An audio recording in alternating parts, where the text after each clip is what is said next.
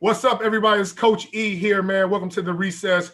The Recess is a podcast dedicated to shining light on urban youth baseball and softball across the country. I got a very, very, very special guest today, my main man, Xavier Scruggs, former MLB player, longtime professional vet, also doing great things on the internet, has a podcast working with MLB Network, and also has extraordinary athletes going on, man. He's talking to you about life outside of the diamond, the court, the football field, everything like that.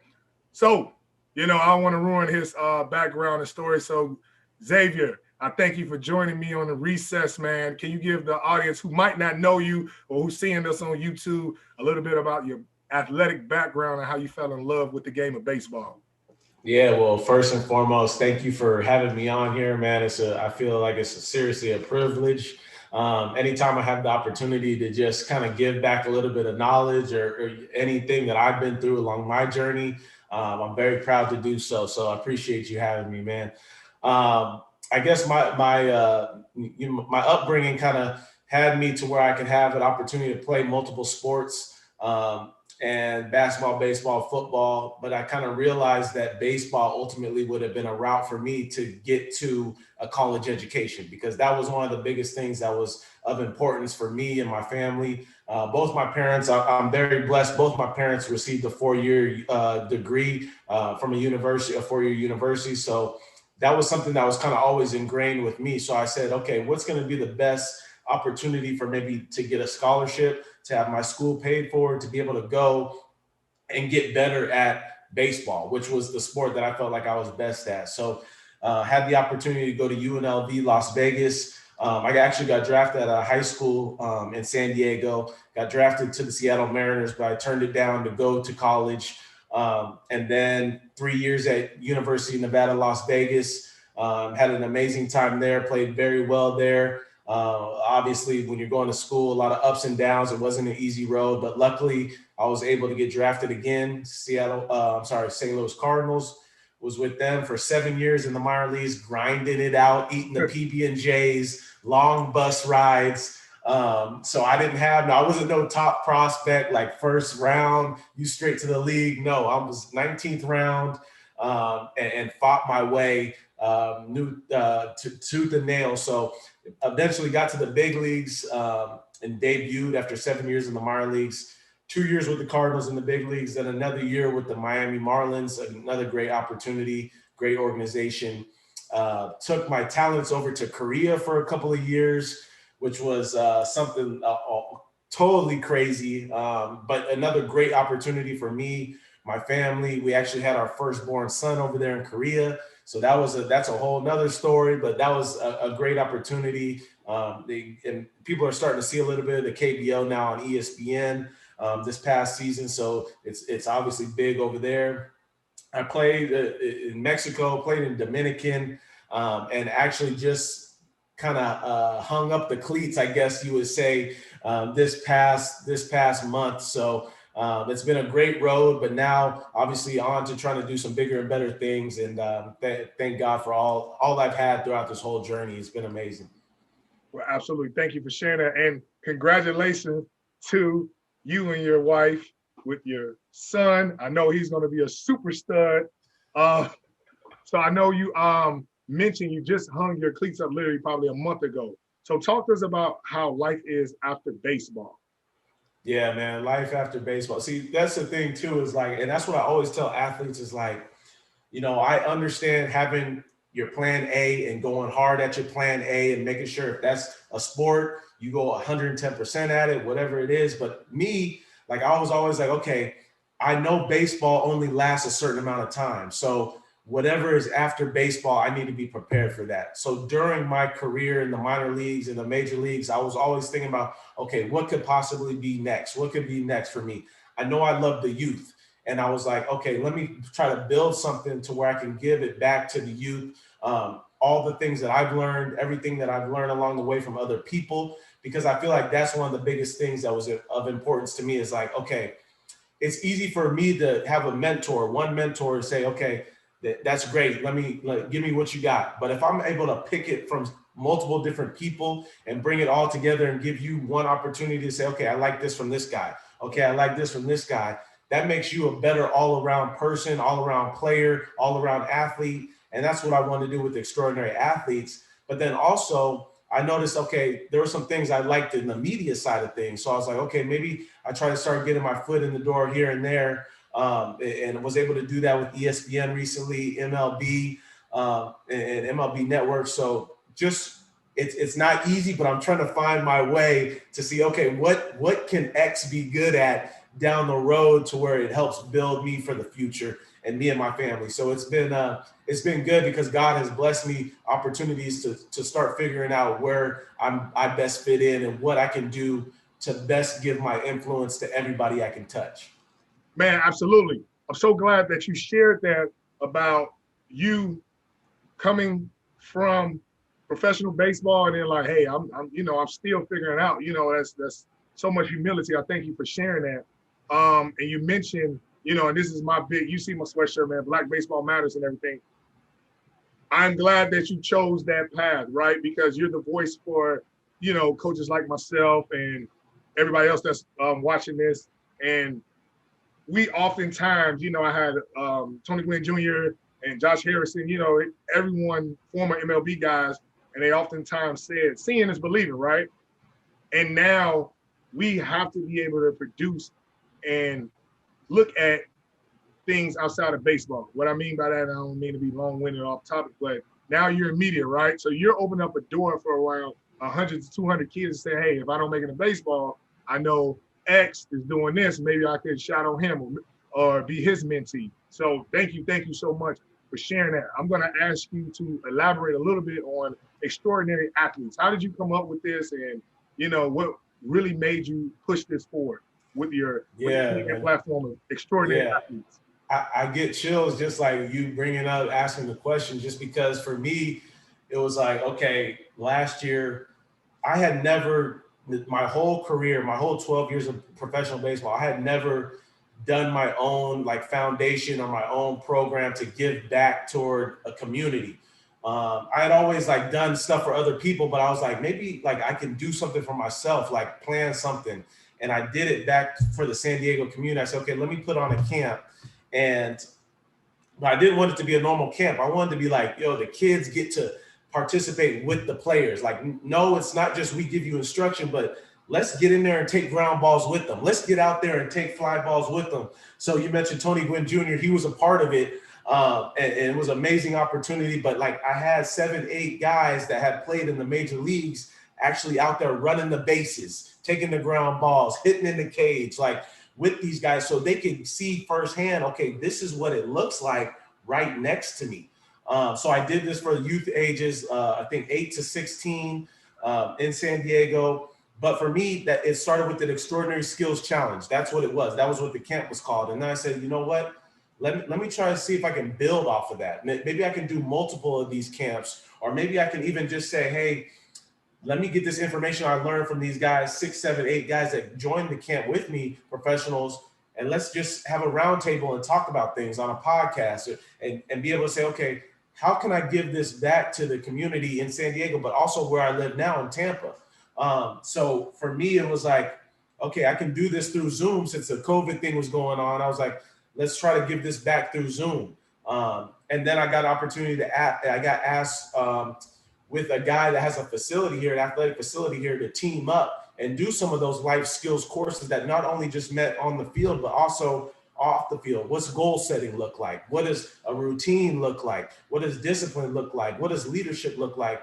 And I wanted to be able to give this back, but not just from me, but everybody I learned it from. So I could do a podcast with somebody and say, hey, what does leadership look like for you? And then I could be able to say, this ain't coming from me. This is coming from big leaguers way better than me, or guys that have a different career that have seen success. So that was my ultimate goal. And I just to have the opportunity to do that was amazing for me. And just a blessing. That's where extraordinary athletes came from, was like, okay, let me see if I could do something, build it off of just the camp. What else can I keep building towards? So hopefully keep that going, but that's how it all started. It just started last December, December 2019.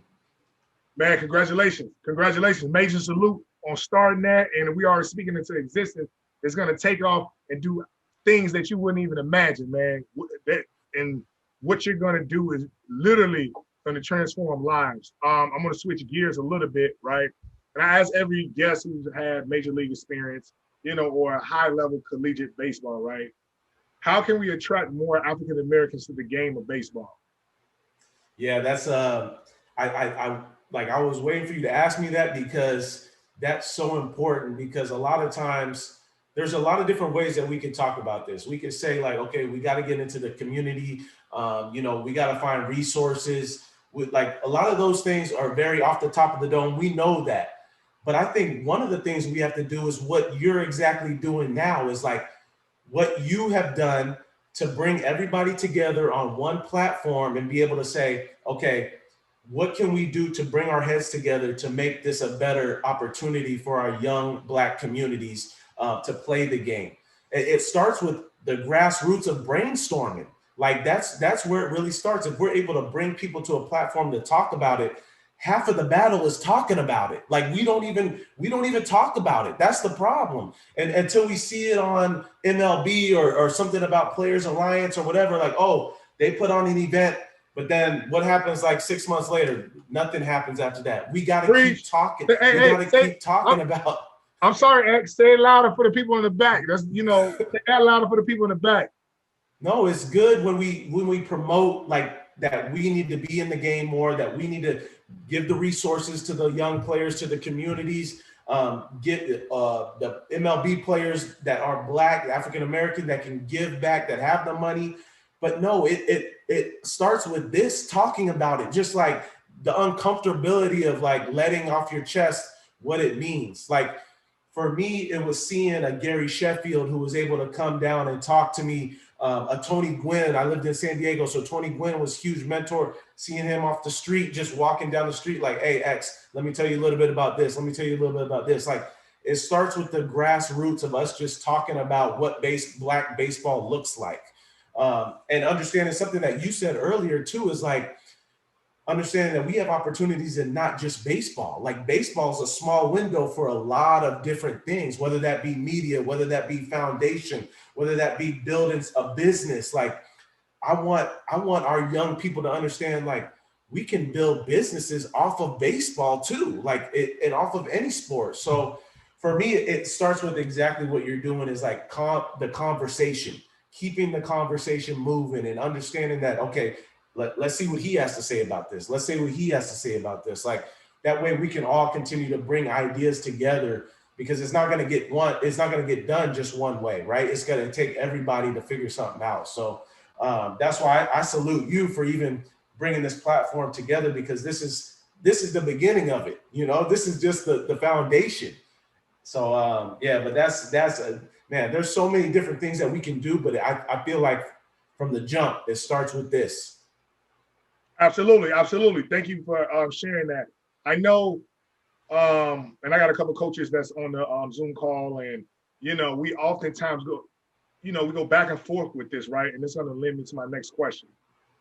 How do you decipher, a high school prospect that gets drafted, let's say, not top rounds and everything like that?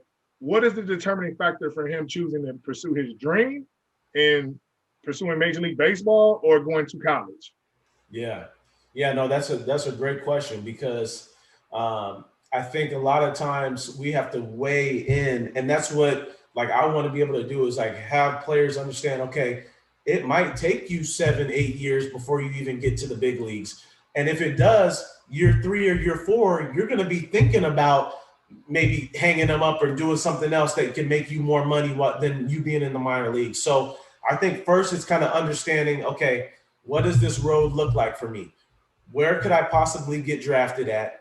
And if I'm drafted in this certain round or this certain area, what does that most likely look like for me? But if I'm drafted in another area that says, okay, I might have a quick path to get to the big leagues, where is my education and foundation at? Am I going to be okay if I don't go to school for the next 5-6 years, whatever it may be? Do I have a financial literacy to where I know how to use my money that I'm getting right away?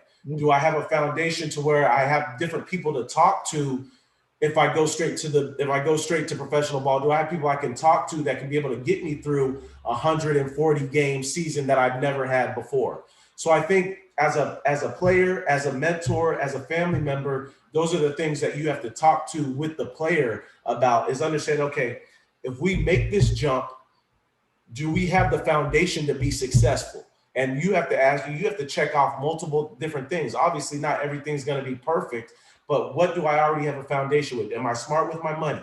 Do I have some form of education, or am I able to get education during my time in the minor leagues? Am I able to understand, okay, I have mentors who I can talk to get me through a season? Like, those are my top 3 things that I feel like are very important. Another thing that is important to me is, like, do I have a foundation in faith to where I know that can get me through certain times? So I think there's a lot of things that you have to think of when you're talking about signing the dotted line to go to the next level. And even when you're thinking about going to college, like, do I know that if I go to college, am I going to be okay for going to college for 3 years before I can sign to go to the major leagues, if that's a 4-year university? Or am I okay with the 2-year junior college? So whatever it is, like, weigh those cons, weigh the pros all together, and don't just do it by yourself as a player. Have a mentor, have a couple, have a family member, and make those decisions together. So, I was, I wake up at 3 or 4 in the morning and everything. That's because the baby, my son is up hollering and everything. But I know about that. I scroll through and I see Extraordinary Athletes, man, and I see, you're talking to Tori Hunter. You guys were talking about some really, really in-depth conversations, right? What are some of the obstacles that you're facing with starting this platform? Because, you're going to have some people who say, oh, he just starting this stuff. And I get this a lot too, right? He just starting stuff to get, media time, or, I guess make money if they think we're making money off this. What are some of the obstacles that you face with your online platform? Yeah. I think one of the biggest things is kind of what you talked about, is like I don't want people to think that I'm just doing it, for that recognition or for that media exposure.